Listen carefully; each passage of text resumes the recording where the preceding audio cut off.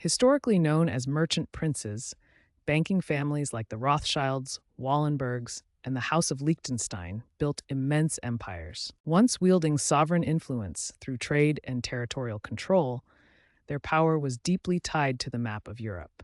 By 2026, their power has shifted.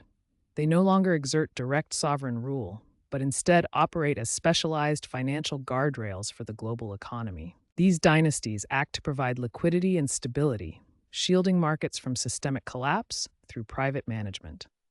Historically, banking dynasties maintained retail operations.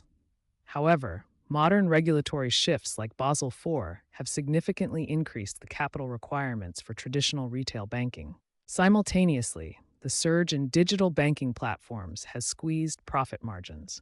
Traditional institutions found it increasingly difficult to compete with low-cost, tech-driven retail services. To maintain influence, these dynasties retreated from retail, pivoting exclusively to ultra-high net worth advisory. This allows them to focus their expertise on managing massive private fortunes. By managing large, complex portfolios, they shift assets away from simple cash deposits towards sophisticated global allocations, including private equity and complex bonds. The core mission of these dynasties is not growth at all costs, but capital preservation. While modern venture capital seeks rapid, high-risk returns, these families operate on a timeline of centuries.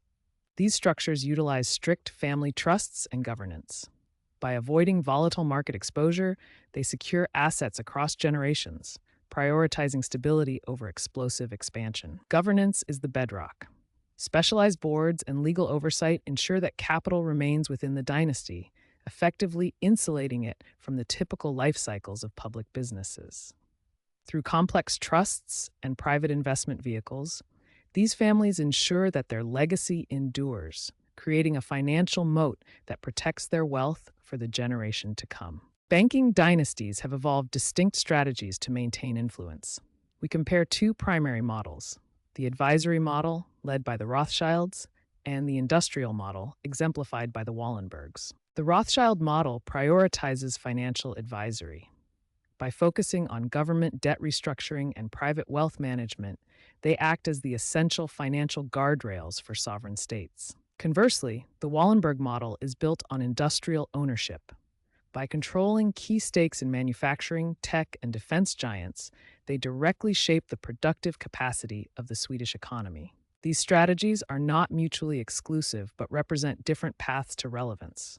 While Rothschilds provide liquidity and advice, the Wallenbergs provide industrial backbone, both ensuring multi-generational stability.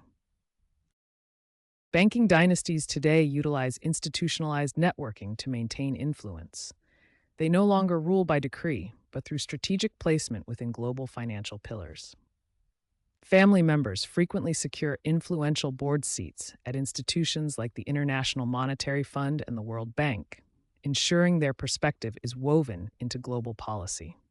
This creates a layer of soft power. Rather than direct control, these connections provide the dynasty with early access to information and a seat at the table where sovereign decisions are made. By occupying these critical nodes in the global financial network, they protect their assets and shape the rules of the international system. By 2026, European banking dynasties have pivoted their legacy wealth toward impact investing, rebranding their capital as a catalyst for global green stability.